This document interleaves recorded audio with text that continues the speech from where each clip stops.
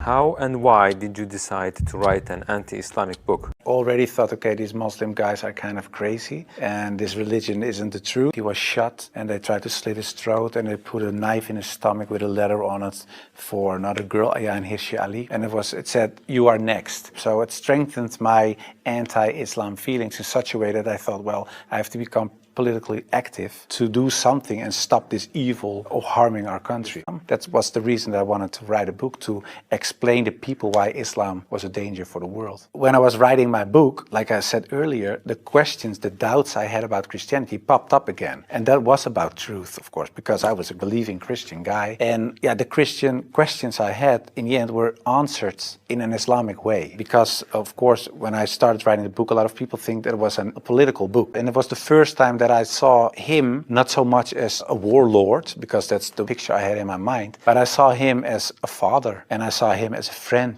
and a teacher and so much more. And so, yeah, I saw the person and his character, and I said, well, I can say a lot, but I cannot say that this is not a good man. So his character persuaded me to read more and to want to know more.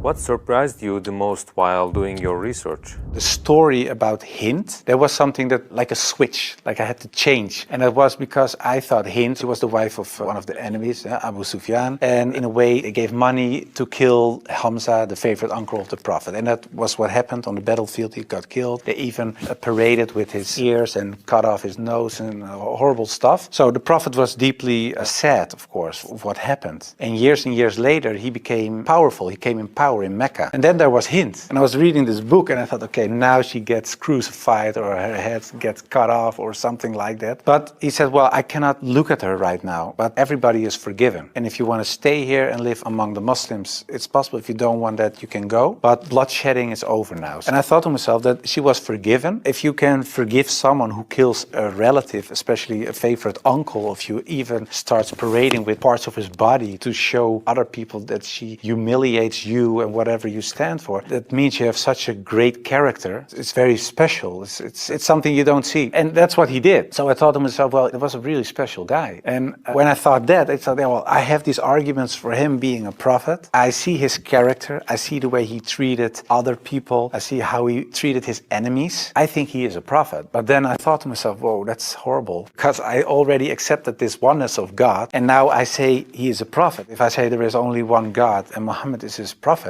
that's almost shahada. So I thought to myself, okay, let's close the books. Stop. This is going in the wrong direction. And of course, I wasn't that anti-Islam anymore because of what I read, what I saw, and what I experienced. And when I had this feeling of, yeah, okay, this is shahada in a way, I thought, well, I put all the books away and I put the books on the highest shelf. But there were so many books that a lot of books fell off the shelf. And one of the books that fell off the shelf was the Quran. And when I picked it up, my hand was on a page with Surah 22, Ayat 46. And it says, it's not the eyes that are blind, but the hearts.